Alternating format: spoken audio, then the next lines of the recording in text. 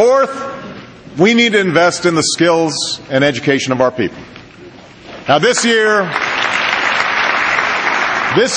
we've broken through the stalemate between left and right by launching a national competition to improve our schools.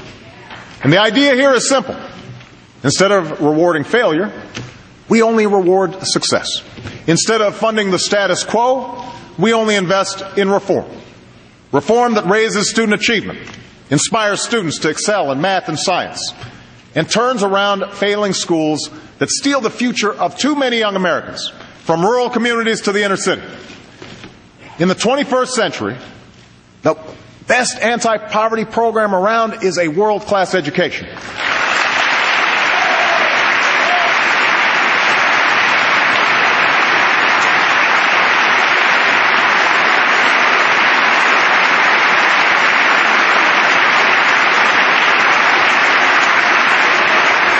And in this country, the success of our children cannot depend more on where they live than on their potential.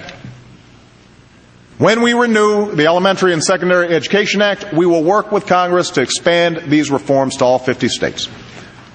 Still, in this economy, a high school diploma no longer guarantees a good job. That's why I urge the Senate to follow the House and pass a bill that will revitalize our community colleges, which are a career pathway to the children of so many working families.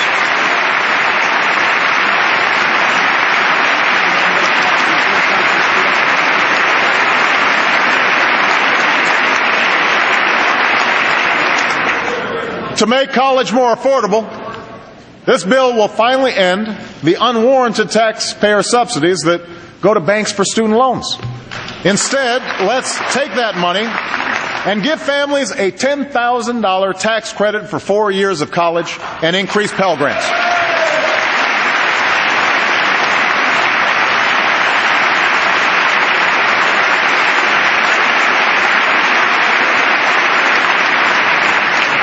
And let's tell another 1 million students that when they graduate, they will be required to pay only 10% of their income on student loans.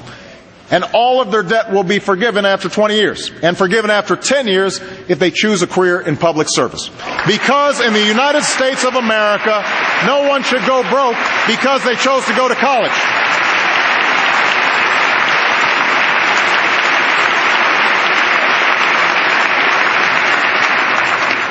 And by the way, it's time for colleges and universities to get serious about cutting their own costs, because they too have a responsibility to help solve this problem.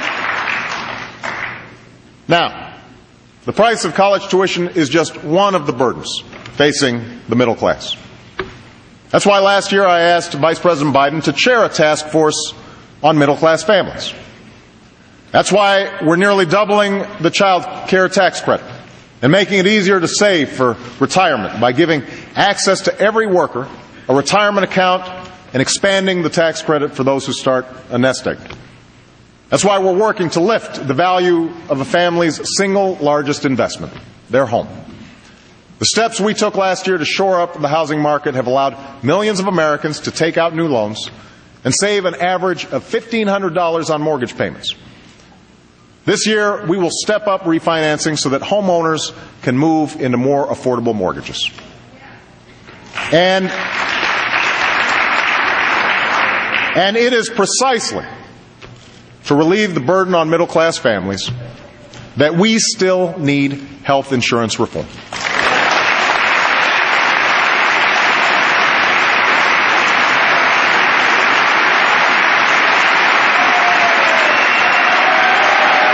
Yes, we do.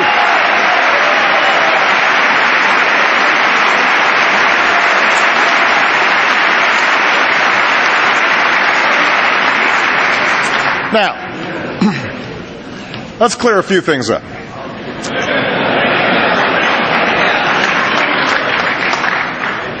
I didn't choose to tackle this issue to get some legislative victory under my belt. And by now, it should be fairly obvious that I didn't take on health care because it was good politics.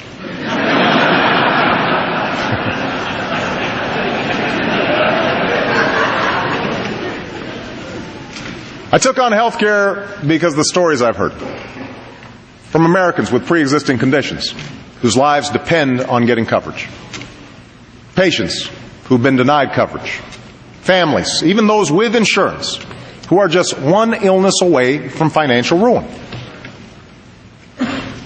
After nearly a century of trying, Democratic administrations, Republican administrations, we are closer than ever to bringing more security to the lives of so many Americans. The approach we've taken would protect every American from the worst practices of the insurance industry.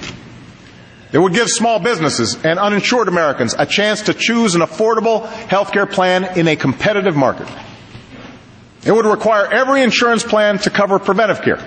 And by the way, I want to acknowledge our First Lady, Michelle Obama, who this year is creating a national movement to tackle the epidemic of childhood obesity and make kids healthier. Thank you, honey.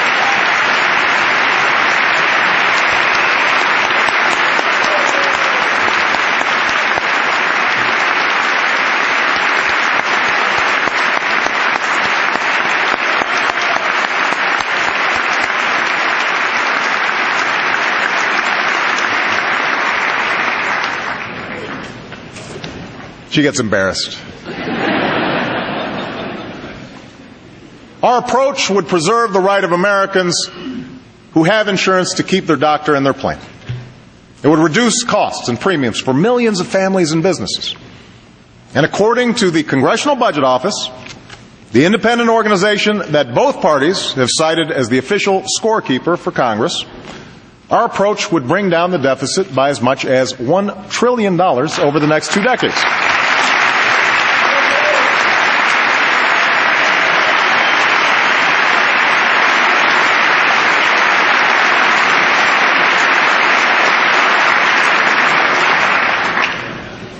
Still, this is a complex issue.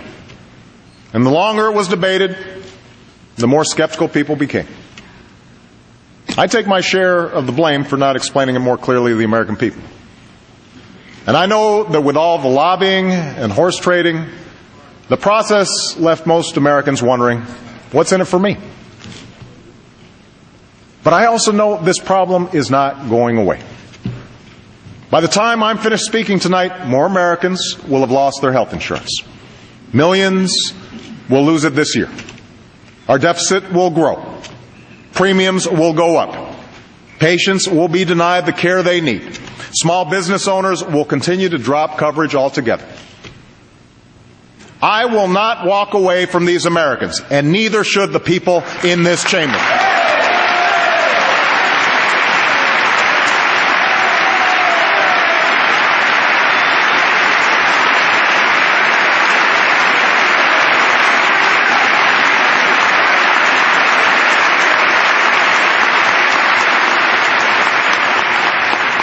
So, as temperatures cool, I want everyone to take another look at the plan we've proposed. There's a reason why many doctors, nurses, and healthcare experts who know our system best consider this approach a vast improvement over the status quo.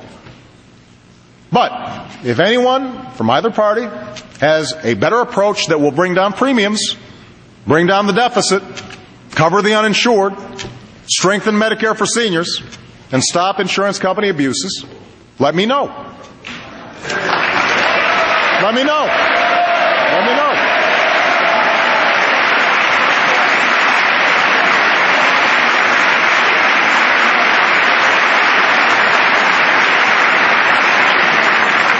I'm eager to see it.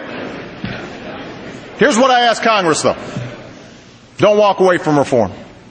Not now. Not when we are so close. Let us find a way to come together and finish the job for the American people. Let's get it done. Let's get it done.